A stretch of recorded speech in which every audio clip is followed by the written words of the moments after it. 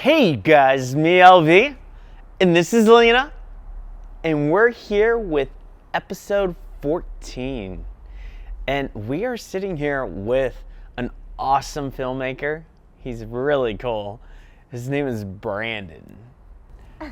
Now, Brandon, how are you and how did you get into filmmaking? I was actually playing football in California on a scholarship. I was contemplating, making a transition from football to film, and met a friend out there who was actually an actress. She just got into acting, and we took a trip to Universal Studios. And from there, I decided, I want to go ahead and be a filmmaker.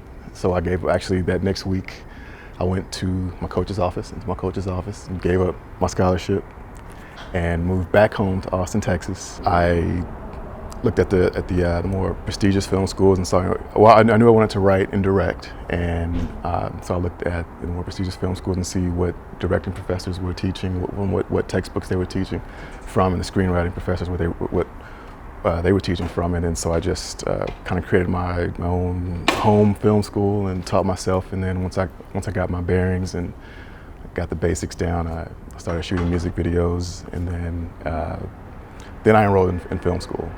Took like a film business track and a film production track. Of course, I knew I wanted to start a production company, so I got with LView Media, the independent documentary company in Austin, based in Austin, Texas.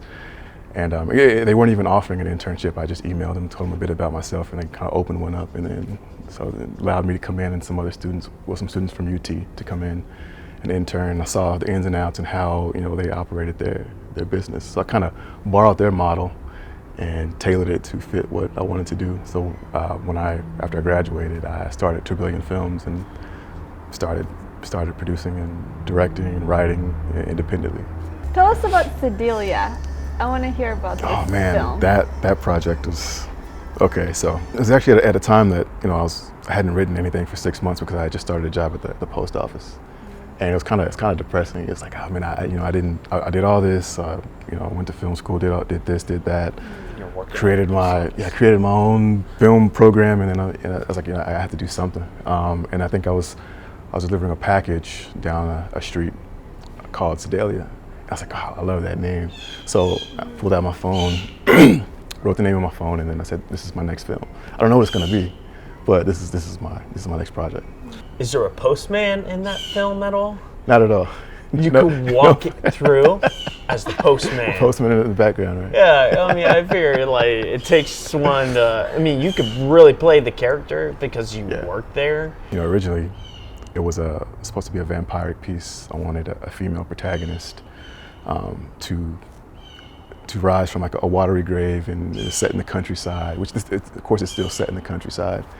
And I wanted to tell the story of the old vampire. Nothing, I didn't want to romanticize it. I wanted to do the original vampire, but it just evolved into what it is today. Where can we find more of you or work on the internet? Actually, you can find my work on www.2billionfilms.com, and film festival schedule is up there, and everything. All of my social media is also on every page at the bottom. What's your favorite social media page? My favorite social media page? Uh-huh. I guess that's got to be Living the Life now. That's a good answer. Well, we'll be back with more. Thank you for watching here on LView. If you were my wife, I would put poison in your coffee. If you were my husband, I'd drink it. Hey you guys, me LV, and this is Alina, and we are here with an awesome guy named Tommy. And Tommy, what makes him awesome is, and very unique, is that he does barbecue. So tell us a little bit about your barbecue. Well, what I do is different than everybody. Everybody has their own style of barbecue. Mine's original. What I do is, it goes back to the Cowboys and Indians days where they were killing buffaloes or cattle and feeding their family over the winter, riding across country. It's a cured meat. It's done with salts, different woods at different temperatures. I use all natural ingredients like orange, lime. I use a Rebecca Creek whiskey, my sponsor, where I'm at for 5 years now. And we do that, and it's done with 3 different woods: oak, pecan, and mesquite, all in the same fire. So it's layered in different layers, and it burns accordingly. Pecan, which is sweet; oak, which is a nice smooth smoke; and the mesquite on top for the nice sharp finish that creates my bark on it. So I started. It's about a 32-hour process, man. It takes a long time. It's all in how you build your fire, and it's doing things at different temperatures, using acids to open meat up, vinegar to close meat down, and I like it, man. It's good style. You've done several events. Who have you catered to? I do a lot of things, man. I don't like to say names, but that gave me part of my inspiration in what I did when I first started on the side of the road. I was Christ of Whitewater Amphitheater out at Canyon Lake, and that was when they first opened, and I got to feed Willie Nelson and do some things, and several other artists there. When I was getting my culinary degree, I went and I fed people like from that were invited guests, and a lot of big people. I worked for La Cantera, Hill Country Resort, and stuff like that as a contract chef out there. So all these things, put it all together, and I've streamlined it into one, and that's what created my my opportunity and what I've designed by myself.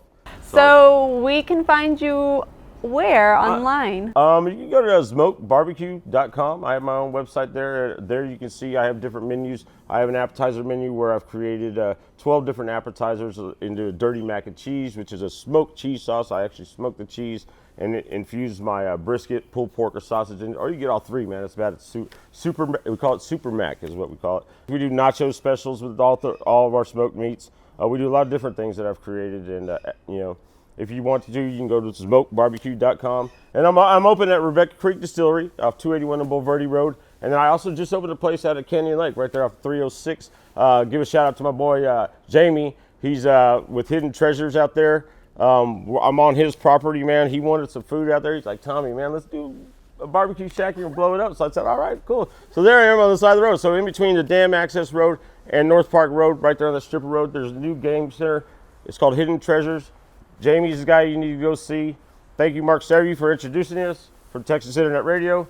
And come by and see me out there, man. I'm open 6 days a week. We do delivery, and we have a late night pickup. So if you're at the bars or wherever you're at, I don't frequent bars or anything. I like a cocktail or two, but we go out there, and after you're done drinking out there, I'm open till 1 a.m., man. I'll keep it late night pickup from 10 p.m. to 1 a.m. out at Canyon Lake. Well, thank you for watching. We'll definitely be back with more here on the LView. Just keep watching. Bye. Bye.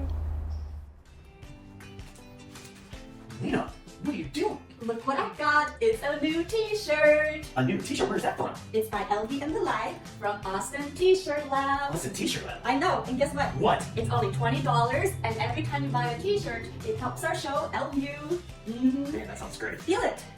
Isn't that nice? Man, that's soft. Would you wear it as a pajama shirt? Maybe. Sit there with your popcorn, watching Netflix in your LVnthelife t-shirt. That sounds great. Am I ready? Am I ready? No, Oh. you're not ready. You don't have a hat. Oh. Yeah, a Lena hat. I only got that. Yep, here. Now you're complete. Thank you. LVnthelife, guys. Okay. Hey, you guys, it's me, LV, and this is Lena, and we're back here with Sarah. Sarah Jane. What? You can call me SJ. It's got a hip little thing to it. SJ. What got you into art? Well, I feel like I've always been a creative person, and I've always liked to make gifts for people. So after being in a car accident and becoming disabled, I didn't know what I was going to do anymore in terms of like anything, really. And my junior high art teacher took me to a one-day watercolor workshop, and we thought we were going to be given flowers to paint, but actually it was kind of a silly little copy what I'm doing. But it made me realize, like, oh my gosh, I can paint. I can make things again. So I started making just like little tiny kind of postcard size paintings of my pets or other photos just to give people as gifts. And I didn't really seriously start painting until my last semester in law school. And I think half my brain was just starved because I'd been reading and writing for so long that the other side of my brain was like, I need color. I need life. I need something besides books and paper and words. What is your favorite part about art? For me, it's really like a meditation. Like, I was a very physical person prior to becoming disabled, and it's kind of become like my new sport, or my sport of choice now, you know.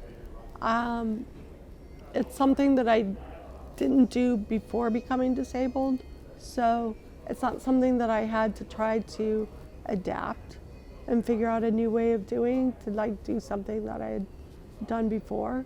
So that's really amazing to me and makes me really happy, because I didn't know that I could draw or paint, and I of course did that as a kid, because we all do. Yes.